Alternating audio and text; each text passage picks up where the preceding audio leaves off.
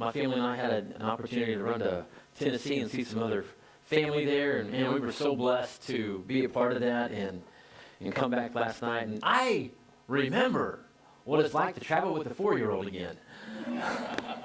Oh, man. You're missing out if you don't have a 4-year-old. I'm telling you. Actually, he was fantastic. He kept us on our toes. We had to sing and listen to games and cheer for Baylor and cry for Baylor. And if you know the game, you know what I'm talking about. But, oh, it's so good. Well, I want to ask you today, in your Thanksgiving weekend and your time, how many of us actually sought the Lord? Like, did you seek Him? Many of us get busy in our plans, our routines, our family meals, if you would, or our family traditions. And we can go through the monotonous routine of things. We can even say a monotonous prayer. I know that sounds off, but let me tell you, we can say a prayer just because we're supposed to say one without any depth or meaning. And how many know that God actually sees our hearts in what we do? It's about our heart. We can plan a great program. We can plan a great dinner. We can plan the fellowship of the movies. We went to movies. We did some things as family, and it was fantastic. Ice skating and going through the Christmas lights and trying to see the ducks at the Peabody Motel. And we were actually told that was closed at the moment, so we didn't get a chance to do that one. But it was one of those things, hey, we can plan. But where is He? Where is Jesus in all this? And my question is did you seek Him? Like, were you seeking Him in all that you did? We had a chance to go on a nature hike, if you would. We went around the block. We went down to, they actually have trees, guys. And I'm talking about like monstrous trees and trees everywhere. We would call it here, we'd call it a forestation. I mean, it was nice. Rolling hills and pathways that were cut by people, before us, cutting the ground, if you would, or hey, there's a path of where to go and what to see and what to look for. We even saw a sign that said, "Be careful, primates may be here." And I'm like, primates? What is some primates? As in like primitive animals. And Haley and I were talking about this, and we were talking, just having some fun with it. What did we see first? Humans. Primate. We were having some fun. Then we saw a squirrel. And how many know that squirrels here, they look the same as far as their physique, but they actually have different colors in other parts of the nation. And so those were like silver squirrels. And I was like, that's pretty fascinating. Then we were on the hunt for chipmunks. We've desired and looked for chipmunks every time we go to Tennessee. We want to see one. In fact, we're like, can we bring one home? Can we bring one home? And if you've been to our house before or have been to our house, we have enough animals that we can actually charge for a zoo. No, we don't need those animals, but it's nice to see them. And it's pleasant. They're enjoyable. Everything can be enjoyable. But as I was walking, I happened to see my family in front of me, and I see Caitlin and her family in front of me, and I see Haley taking pictures and passionate about what she's doing, and I have my cousin next to me who's just happy that we're there and watching online right now, and just really just the company of family. And as I'm soaking all these things in, and I'm like, God, you have blessed us beyond measure. You continue to bless us beyond measure. And this is so important that we start seeking what Jesus asks us to start looking for. Because in Matthew 7, it tells us, ask and you shall have, seek and you shall find, knock and the door will be open to you. How many know that we know the verses well, but are we actually doing it? Are we seeking Him? And this is where I want to leave us start us off on today. The title of this message is Seek and Find. Seek and find. Well, in Luke chapter 2, I want to share this with you. In verse 41, let me read this to you. And I'm just going to read it, and I'm going to come back and probably dissect it as I go along a little bit. But in Luke chapter 2, verse 41, it says, every year Jesus' parents went to Jerusalem for the Passover festival. Now let me pause again. I told you I'm going to break this down for us. That every year we have the routine or the plan of Thanksgiving. We know when it is on the calendar. We know how to plan for it. We know what we want to eat. We know we can ask for people what they want to have as well. And we can plan for these things. And every year we have Thanksgiving meal. Well, this is no different. They prepared for the Passover. It was a celebration of what God had done for them and what he continues to do with them in the moment. Well, again, they were bringing Jesus or the Lord into their life. In verse 42, when Jesus was 12 years old, they attended the festival as usual. As you can tell, this was 12 years of doing this for Jesus because it was an annual thing. Verse 43, after the celebration was over, they started home to Nazareth, but Jesus stayed behind in Jerusalem. His parents didn't miss him at first because they assumed he was with friends among the other travelers. But when he didn't show up that evening, they started to look for him among their relatives and friends.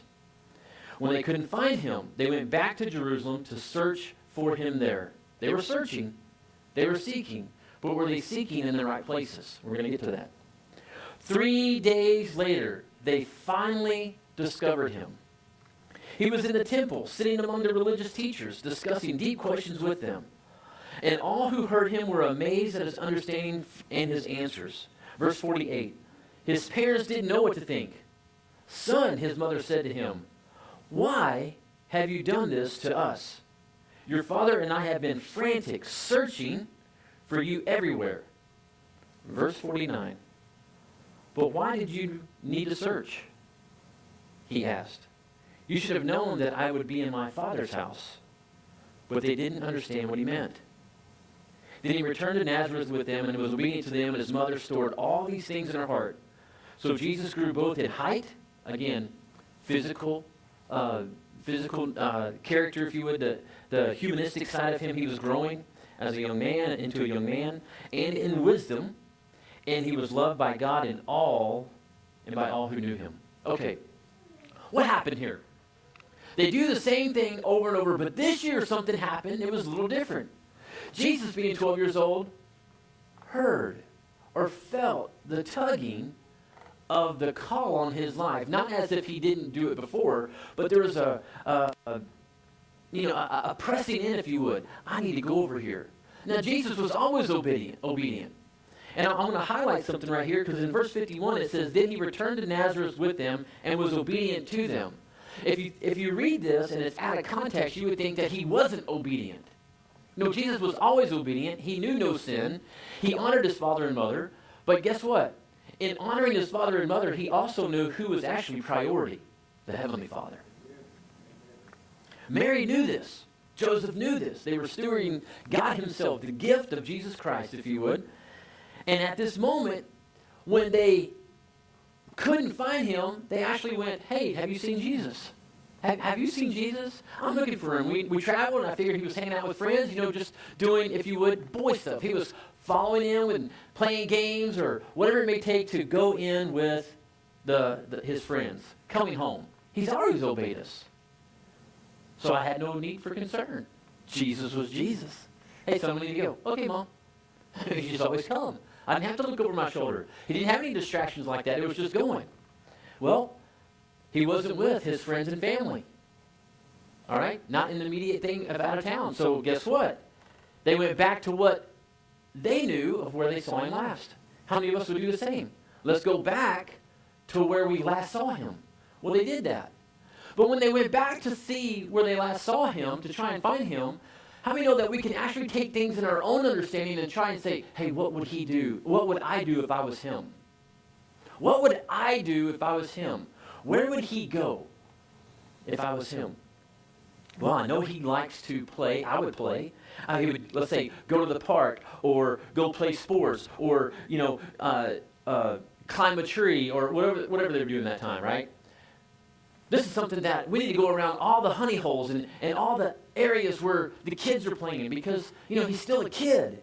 Let's try and find him. And they ran around Jerusalem. I don't know if you've ever been to Israel, Jerusalem. All right? If you've been there, then you'll know what I'm talking about. If you haven't been there, I can tell you I don't know how they could search for 3 days and not see everybody in that city. It's not very big, as in like the scope of things.